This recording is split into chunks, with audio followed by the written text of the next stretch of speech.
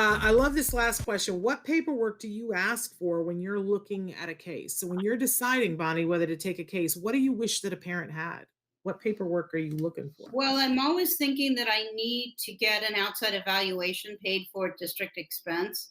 Mhm. And in California, the rule is if it's 1 year and 364 days old or younger, I can dispute it. If it's more than 2 years old, I can't.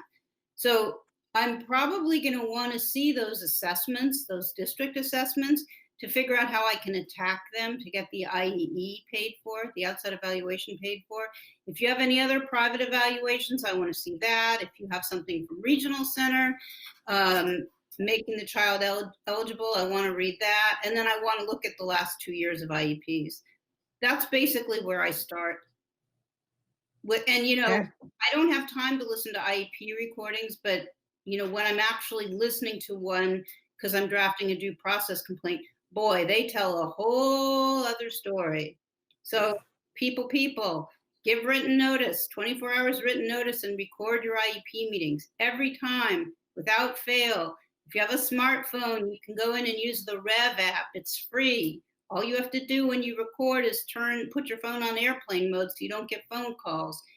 Then you can easily email that IEP recording to anybody that you want to share it with.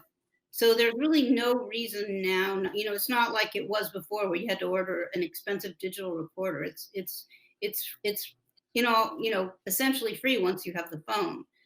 Um, we have like maybe 5 minutes left, or 3 minutes, or 2 minutes, or 1 minute, We've something. got 8 minutes, but somebody just wrote in and said my request for IEE was denied. Do you want to take 2 seconds on that? Yeah, sure. Okay, so when you request an outside evaluation at district expense, there are only two possible scenarios. One is that the district agrees to fund your IEE request. The other is if they say no, they have to file for due process and take you to hearing and prove that your evaluation that you got the first time around is appropriate. Now they do a lot of stuff that I don't see when I'm involved as the lawyer, but I've been like ghostwriting letters for people and seeing what they get back. So maybe I don't know does this person, can you tell us what state you're in?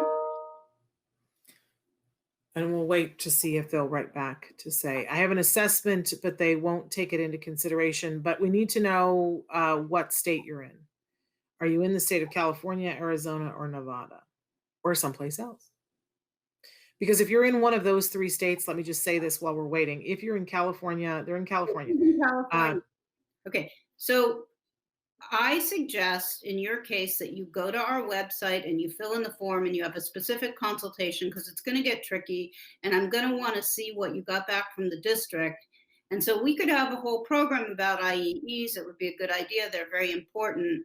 But I think for now, um, the district cannot say no and do nothing. They have to file for due process against you. But when parents are involved and they don't know that that's the rule, sometimes the districts just say no and they think they can get away with it. So let's have a further discussion about IEEs, excuse me, and let's see if we can answer some of your questions off the air.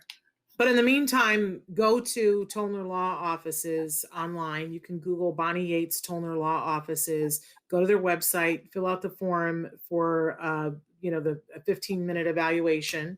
And Traven just put up the website there so that you can have a further conversation with Bonnie about it and make sure that you're getting your rights.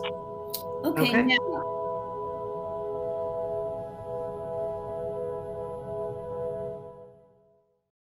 Hey, thanks for watching Autism Live. To subscribe, click here. And if you'd like to check out some more of our videos, click here.